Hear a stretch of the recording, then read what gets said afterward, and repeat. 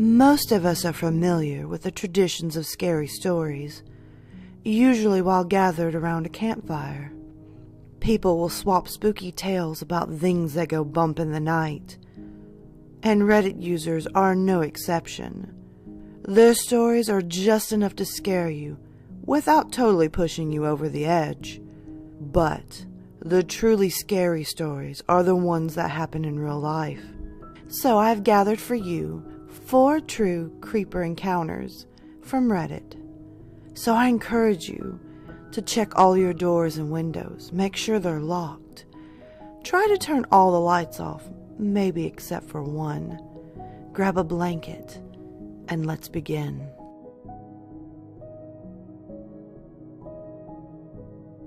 Number 1. When I was younger, I used to have this old lady in my neighborhood, right up the street. I don't remember her name, and I'm sure I can ask my dad, as he used to shovel her part of the sidewalk during the winter. But the one thing I remember was she was really kind. One day I noticed that I hadn't seen her in a while, about a year or so. I got curious and asked my dad about it, and he told me she was sent to a nursing home before passing away about 2 weeks prior, somewhere around that time. She had no family and didn't write a will, so the city auctioned off her house or something. I'm not really sure what they did, but people were coming into her house and surveying it, like they were going to buy it. But yeah, 13-year-old me was really angry that these people were coming into this nice woman's house to gawk at her stuff. Yeah, being the loudmouth brat that I was, one day I was walking up the street and started yelling at this older guy in her house. The front door was wide open, and he was inside. At the time, I thought it was kind of strange that there was no realtor there, as random people walking into her house had to have some prevention from just taking stuff. The guy overall didn't look scary or anything, but the way he was standing there just seemed ominous. He looked like he was 35 or so, with a scraggly beard and a little on the plump side. Now, my street's normally pretty busy, but it was a school day and a slow hour, so there was no one on the sidewalk at the moment. The guy starts to approach slowly, and I feel my heart drop into my stomach. I've been stared at by older men before and felt creeped out, so I've always avoided men in public. So as this guy approaches, I just feel paralyzed with fear.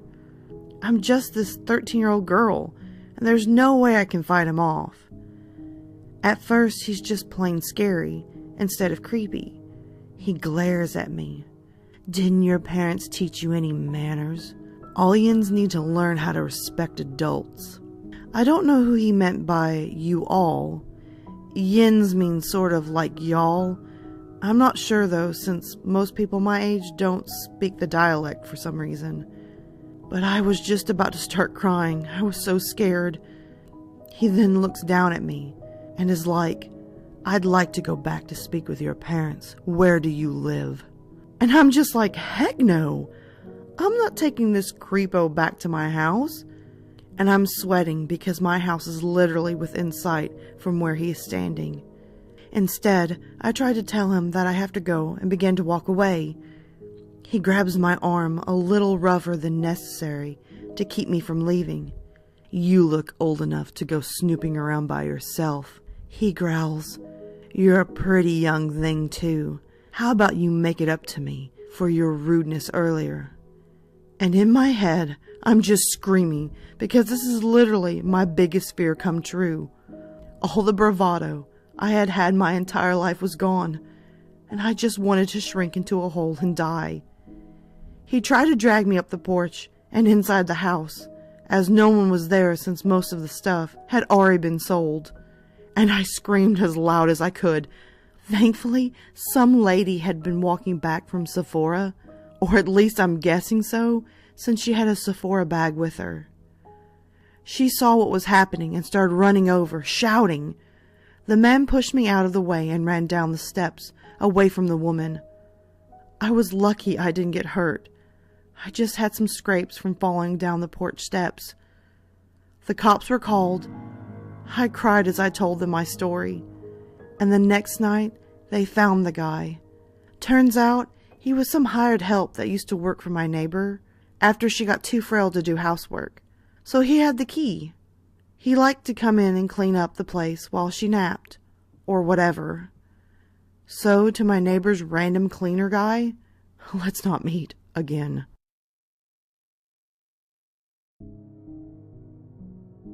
Number 2. I'm a 25-year-old female, and this happened to me last year.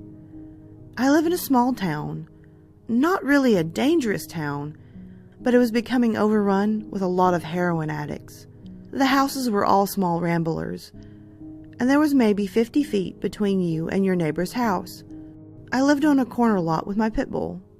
Due to the close proximity of the houses, I didn't have much of a yard for my dog to run around in, nor was it fenced in. When it was dark or I didn't have time to walk her to the nearby park, I would hook her up to the yard leash that I had connected to my small side deck. As a house on the corner, I didn't have a backyard, just slivers of land on each side of my house. Enough for her to run around a little and do her business.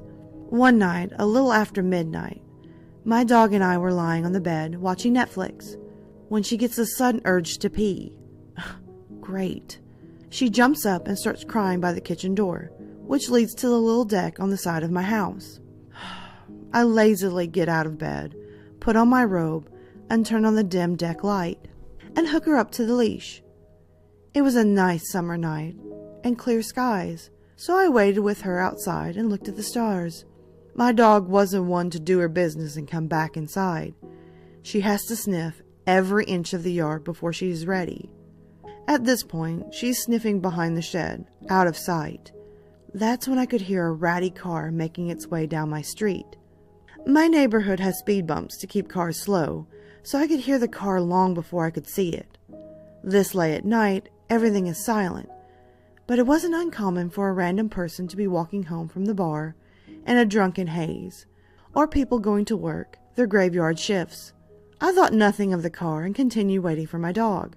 She was still out of sight behind the shed when I saw the ratty old car about to pass my house.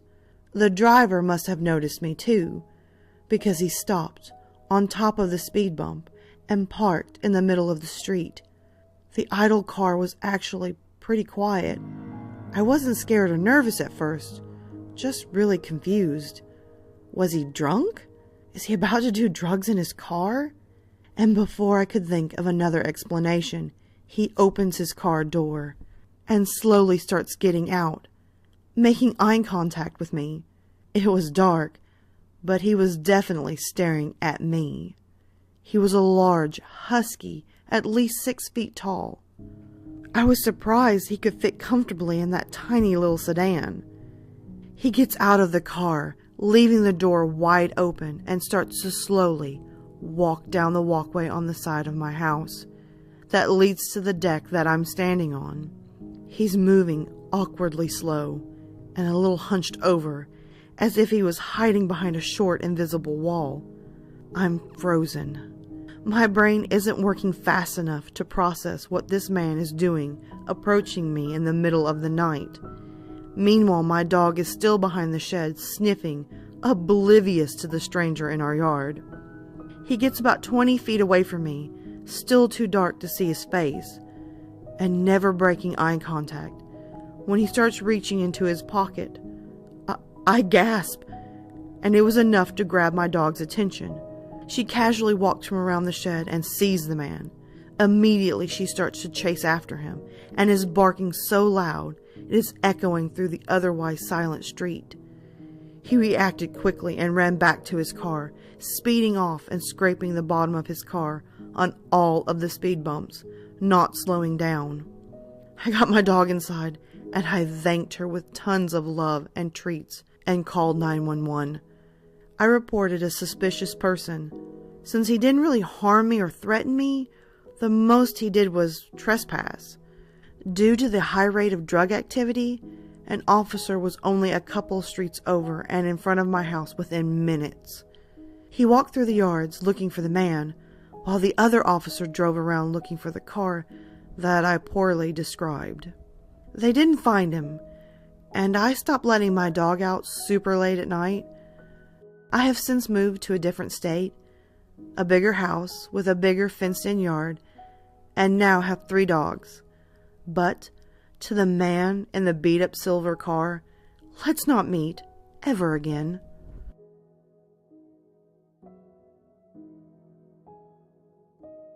Number 3. I keep remembering things of the past that would be good stories here, so I hope y'all don't mind me posting them all. This one happened when I was in my early 20s. I was married to my husband, but we didn't have any kids, so we had a lot of free time. So we would often walk for the heck of it, instead of driving. We lived in an area where there's not a lot of pedestrians, because there's no sidewalks, and this is a car-heavy area. But it was possible to walk places due to us living near a lot of businesses, the mall, restaurants, and the post office. So my husband and I both would take walks alone to various places. Occasionally people would pull up and ask us if we needed a ride. I guess since this is not a pedestrian area, they found it odd and thought we needed help or something. We just actually enjoyed walking. No one ever gave off a creepy vibe about it, till this one guy. I was walking alone, and I was on the street that has woods with a chain-link fence on one side, and some houses on the other side. But there was no businesses, and it wasn't really lively on the road. So as I'm walking, I'm the only person around, really outside. A car drives past, and the guy stops the car and asks if I need a ride. I do what I normally do, and politely said, "No thanks," and kept walking. He started in on, "Are you sure?" And I again was like, "No thanks." So then he drove off. No big deal. It did not become a big deal until he drove up the road, just a little bit, and then pulled a U-turn, and frickin' came back and drove back up to me. So then I was like, oh great. I'm about to be attacked and thrown into the trunk, or something. He again was asking if he could give me a ride, and I was like, I already told you, no, leave me alone. So then he says, I promise, I'm not a creep. I was thinking, that is exactly what a creep would say, and the fact that you pulled a U-turn is already putting you into the creep zone. He finally drove off and left me alone, thankfully. But I made sure to keep an eye out for his car for the rest of the walk, and a few weeks after that.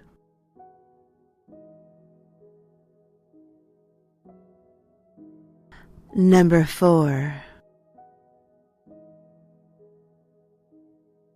I posted the same story in No Sleep about a year ago. It's a true story that happened to me, and I figured it actually applies to this subreddit. And maybe it fits a little better over here. I have always considered myself lucky because I've had so many close calls in my life where it could have ended very badly, but I always somehow end up unharmed. So, this happened to our neighborhood when I was about 10, I would say. We lived in a super nice subdivision on a ridge near a marina. The houses were not all right on top of each other due to how the land was, and our house was one of the ones that was not right next to the other houses. Our house backed up to a lot of woods that I used to play in. Our neighborhood was plagued one year by a peeping Tom. My mom had talked to some neighbors, and several people had noticed a guy creeping about in the backyards or looking in windows, etc. One neighbor said she and her husband had another couple over for dinner, and when the ladies went out in the backyard, down to the woodpile to get more firewood, they noticed a man standing just inside the woods staring at them. They ran to get the husbands, but he was gone at that point. So one night, I'm in bed, and I wake up for some reason. I look at the window, and the floodlights were on in the backyard, and I clearly saw the outline of a man's shoulders and head in the window. like he was standing on the ledge, just trying to look in. I scream and get my parents, and of course he is gone by the time they get there. My mom tended to believe me, but my dad said, "You were just dreaming it." I made my dad search the entire huge house thoroughly before I could go back to sleep. The reports came in from neighbors that the boats down at the marina were getting broke into. My guess is said Peeping Tom was breaking into boats for food or sleep. Well, it all came to a head one night, and luckily for us, we were the family that got the worst of it.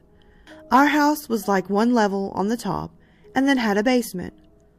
Well, the master bedroom had these huge windows that went all the way to the ground. They could even be opened and just have the screen.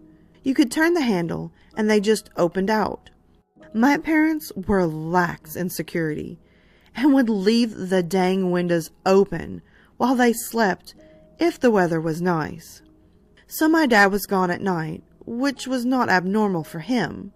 Come to think of it, he was gone at night a lot, which perhaps Peeping Tom knew if he had been watching us.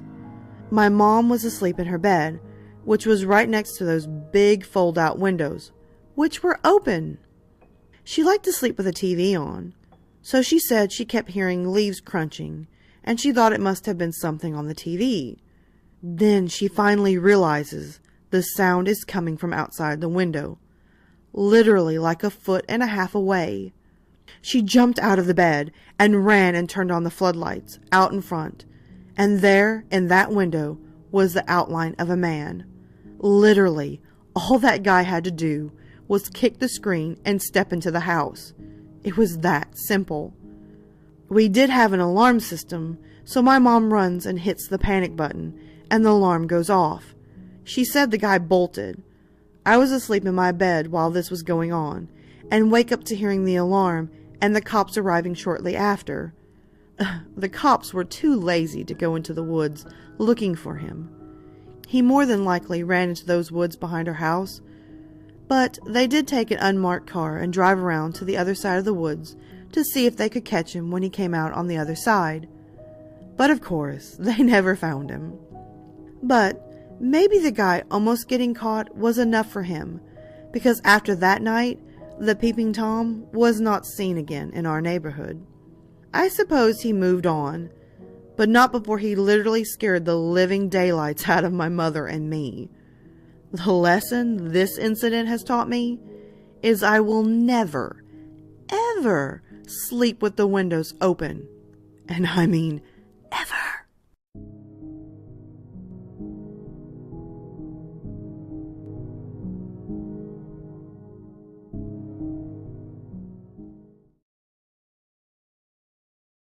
Alright, my lovely lilies, thank you so much for watching the new video.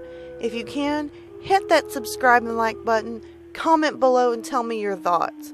Also, don't forget to tap the little notification bell so you're always in the know on this channel. As well, guys, you can always find me on Twitter, Instagram, Snapchat, and always you can hit me up in my emails. Feel free to send me your stories, whether they're fiction or totally true. I'm always up for some great stories. And oh, by the way, until next time, sweet dreams.